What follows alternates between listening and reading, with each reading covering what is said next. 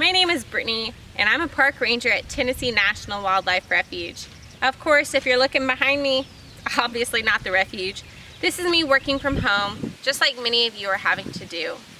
And I know a lot of parents out there, they've got these kids, they're trying to come up with fun things to do, and well, we're here to help you out. We're going to be releasing a series of daily activities that you can do with your kids each day. Some of them may be outdoorsy games or activities, and some may be worksheet type stuff, but it's all going to be nature oriented.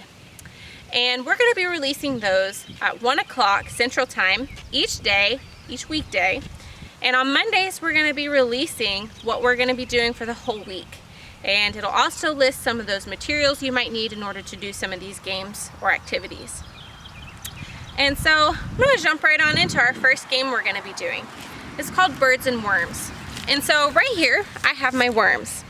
And this is just some white paper that I used colored pencils and colored them 4 different colors: red, orange, yellow, and green. And you can really use anything. You can use construction paper, you can use Fruit Loops, you can use colored pasta.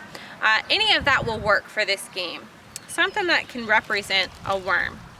Now your kids are going to be the birds, and these birds have to hunt down these worms.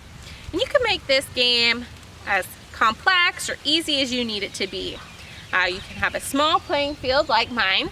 You can use your whole backyard and just have worms scattered everywhere. And basically what you're going to do is you're going to have kind of a relay race. If you've got 2 kids, 3 kids, what you're going to be doing is you're going to have them stack up. And the first kid's going to run. They're going to fly down. They're going to pick up the very first worm that they see. They're going to fly back. And they're going to tag the next kid. And that kid is going to run down and pick up a worm. And they will each go through, pick up 1 worm, and then do it again. And maybe each will get, I don't know, say 5 worms. It's up to you. You can make this as hard or as challenging as you want. And you can time them this whole time. See how fast or see how long it takes them to get through that first round. Then have them scatter the worms back out again and do it again and see if they can beat that time. And of course, at the end, once they've gathered up all their worms, you want to have a little discussion with them. You want to talk about something called camouflage.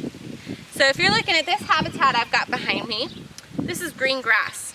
And so I have green worms hidden out there. And who's going to be the best camouflage? The green worm, right? Things like your orange, your yellow, your red, they're going to stick out really well. And so if you were a worm in this habitat, you'd want to be a green worm. Then you can ask them questions like, well, what about a sandy type habitat? That would be like a yellow worm. What about a clay type habitat? You'd want to be a red worm. So talk about the different types of habitat and talk about how camouflage plays into the survival of these different worms. So I hope you have fun with this activity. I know the kids on our field trips have tons of fun with it. And if you've got any questions, leave a comment and I'll get back with you as quickly as possible. So have fun.